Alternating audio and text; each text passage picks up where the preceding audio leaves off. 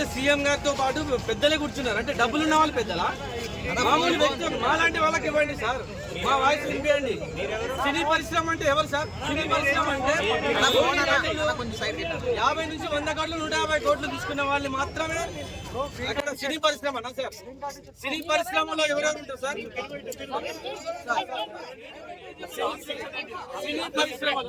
సినీ పరిశ్రమలో ఎవరు sir?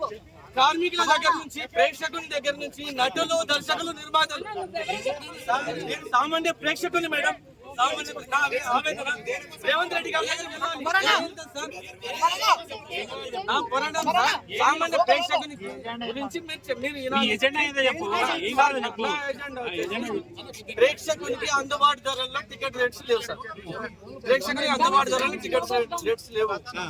So sir, మీరు పెంచాలనుకుంటే పెంచండి. పెద్ద బడ్జెట్ సినిమాలకు డబ్బులు ఖర్చు అయితే కాబట్టి పెంచుతారు, ఓకే. కానీ సార్ మాత్రం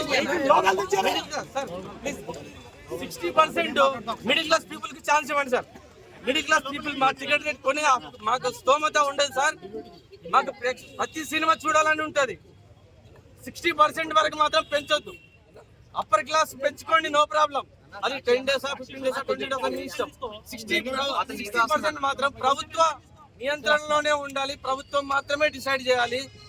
మీరు 100 కోట్లు పెట్టి సినిమాలు తీసుకోండి, మాకు నో ప్రాబ్లం. బెనిఫిట్ షోల వల్ల కూడా మాకు నో ప్రాబ్లం సార్. బెనిఫిట్ షోలు కూడా పెట్టుకోండి, నో ప్రాబ్లం. కాకపోతే దానికి ఇప్పుడు హీరోలు, దానికి కూడా హీరోలు రావాలి. ప్రేక్షకులు అనేవాళ్ళు, ప్రేక్షకులు హీరోలను బట్టే వస్తారు. కానీ ప్రేక్షకులు తప్పు, సారీ హీరోలది మాత్రం తప్పు కాదు. హీరోలకు పర్మిషన్ తీసుకొని రండి, పోలీస్ పర్మిషన్ తీసుకొని రండి.